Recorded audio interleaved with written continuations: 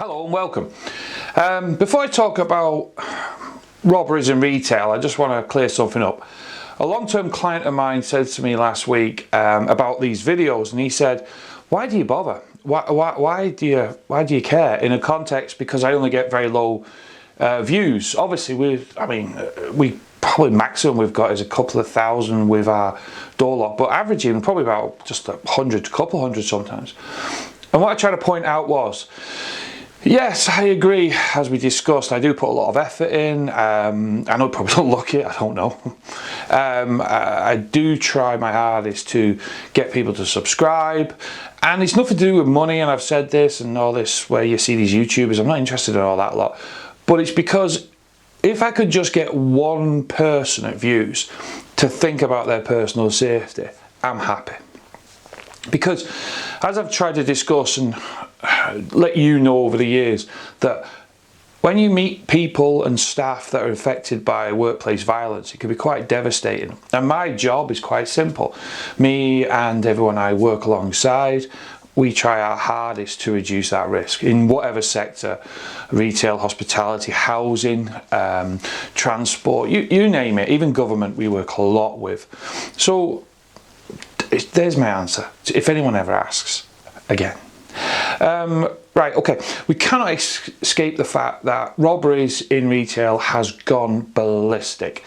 We are getting calls constantly. I'm working with a very large client in retail at the moment.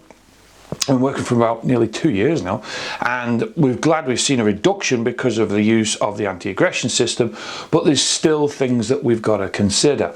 I noticed, and I did put it into my LinkedIn, that you might have seen being promoted through LinkedIn and other social media websites by Retail NI. Okay, yeah, all right, it's nothing to do with me. Some clients who I know have said certain things about it, some are very positive, some are not so positive, but that's nothing to do with me. Let's just go through some of the basic things I'm asking you to have a conversation about. Firstly, right, okay. Look at the layout of your shop or store. Don't matter what size it is. Look at the layout. Have you got too much stock on the shelves, as some of my clients do? Are you blocking any line of sight of vision from the till to certain items? Have you removed the attractive items? I talk a lot in the past about how expensive items. You'll be very surprised the amount of racks I've had to use with high expensive earpods and equipment for computers.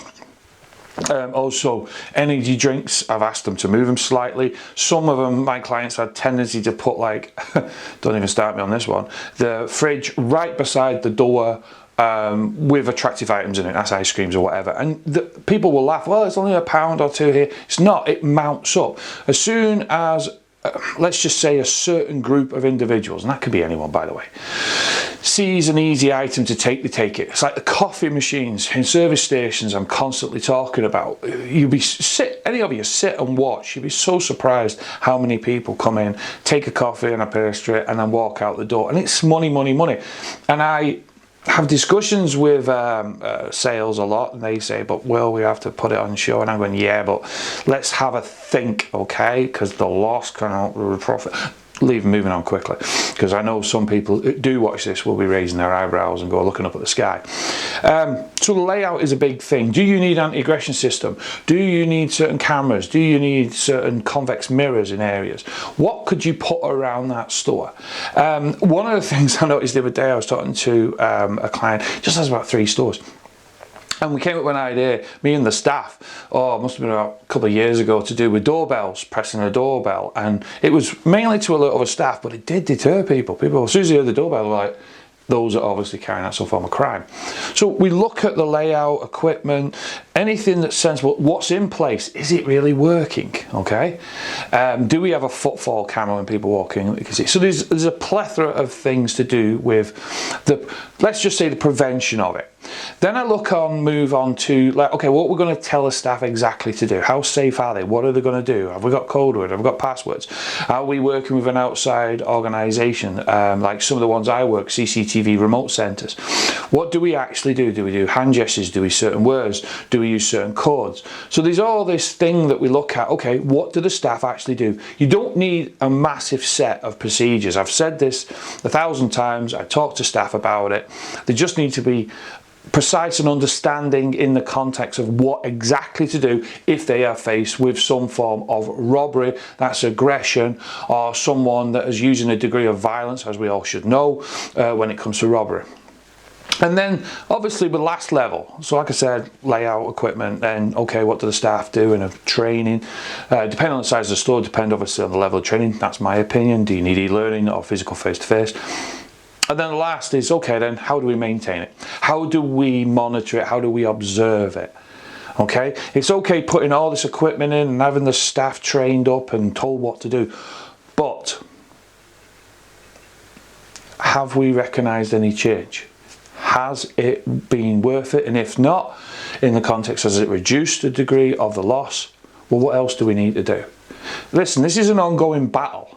Okay, I'm getting weapons produced all the time now. I've had a robbery there recently where an individual came in and used pepper spray. I was informed that the pepper spray was bought from France. Someone's been on holiday and brought it back. I've had a few of them. I've had knives threatened with people. I've had bottles, you name it, shovels, machetes, anything that you could possibly think of. I think even a chair leg's been used recently. But I keep pushing the issue that it's the effect it has on the staff. So all I'm asking in the question, have you, and I'm directing this at the owners, the management, have you done enough? And the best way to, let's just say, reduce it is have a conversation about it. Thank you for watching. I do recommend you read the Retail NI report. And have a look at some of the other videos. You might find something that might make you think and you go, well actually yeah, that's something that we could just spend half a day thinking about, or we can put measures in place, or better still get in touch with me to see what I'll tell you. Thank you for watching. I'd love it if you would like, subscribe, share, whatever they say, because then it stops people asking me why do I bother. But hopefully I've answered that. Stay safe whatever you're doing, and bye for now.